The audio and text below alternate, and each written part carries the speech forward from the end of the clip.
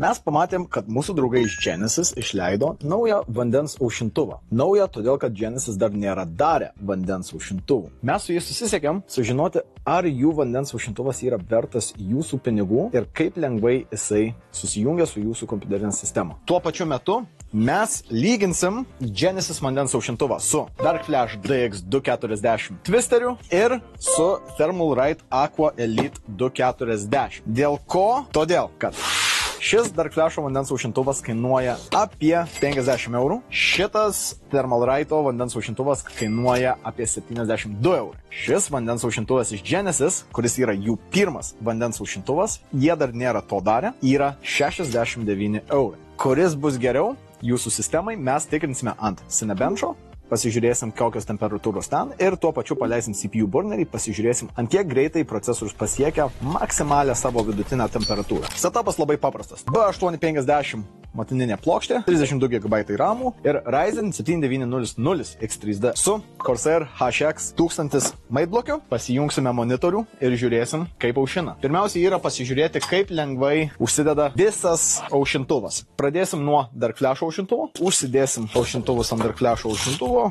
Kaip matot, pas Darkflash'ą yra gan daug visokių priedų. Pakuotė yra mini kontroleris, kad galėtumėt sujungti kelis ventiliatorius kartu, iš karto vietoj to, kad daisy chaininti į vienas kitą. Pirmiausiai einam užsidėti pagrindinį breketą, nes šie aušintuvai užsikabina ant esamo plastikinio AM5 braketo. Naudosim tą pačią termopastą ant visų sistemų. Paprastą MX pastą. Nelabai patogu šitaip daryti, kaip aš darau, bet nors ne korpuse. Reiškia, yra biškį daugiau vietos rankom pajudėti. Danieliaus SSD. Nedarysim jokių undervoltų, nieko, tiesiog su bazinė sistema taip, kaip jinai eina. Gerai, tai ant idle su Darkflash'o aušintuvo vidurkis tiksliau yra 50. Tačiau pradedam Cinebench'ą, kuris turėtų pilnai apkrauti CPU. Pasižiūrim, ką tai darys.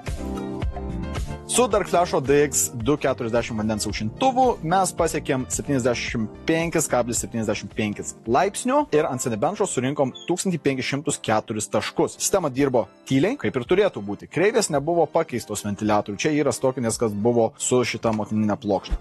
Perinam prie Genesis Hydria 240 ARGB. Pasižiūrim, ką gausime dėžėje. Aš šito produkto dar nei karto nebuvau atidaręs. Genesis yra Lenkų firma ir jie developina visus savo produktus Lenkijoje. Yra čia europinė prekė. Pakavimas yra labiau, matau, toksai environmentally friendly. Radiatorius storesnis. Mažiau varžtų iš karto. Laidų daug. RGB nesu daisy chaininta, tačiau pats aušintuvas su daisy chainintas. Du maišeliai, AMD, Intel ir visi kiti. Mums Intel nereikės. Kaip matau, pagrindinio šito plastikinio breketo irgi nereikės. Pasižiūrėsim, ar pavyks uždėti šį aušintuvą, nenaudojant jokių instrukcijų. Tik tai plius minus, ką žinau apie kompus. Tai nėra daug. Meluoju, kažkiek žinau. Radiatoriaus ir pačio mountingo. Varžtų iš tikrųjų yra labai nedaug. Šitie įsideda į slotus. Irgi dedam tos pačios termopastos. Iš karto galiu pasakyti, kad pats mountingas daug patogesnis. Kur mano pelė? Ar aš aklas, ar... Ne, jinai nereaguoja. Kaip matome, šis aušintuvas biškiai turi mažesnį idlą, 45,84 laipsniai, vidurkis. Tai pasižiūrėsim, kokios temperatūros bus, kai mes paleisim Cinebench R24 testą vėl. Genesis Hydria surinko ant Cinebench R24 1502 taškus, 2 taškais mažiau negu Darkflash'as, nėra didelis skirtumas, ir temperatūra buvo 76 laipsniai, kablis 13, maksimali temperatūra, ką buvo pasiekus. Truputėlį, maždaug pusę laipsnio daugiau negu Darkflash'o. Tačiau labai didelis pliusas su šiuo aušintuvu buvo tai, ventiliatoriai jau uždėti ant pačio radiatoriaus ir mounting bracketas yra labai patogus ir labai greitai galima buvo jį uždėti. Judame su kitu aušintuvu. Motkos vėriamai kaip kepa. Šita motka nelabai sukurta 79X3D procui, bet testavimui užtenka. Paskutinis, ką mes bandysime, tai yra Thermalright'o instrukcijos, neskaitysim. Pakavimas biškiai Genesio buvo gražesnis. Ventiliatoriai irgi iš karto uždėti ant aušintuvo.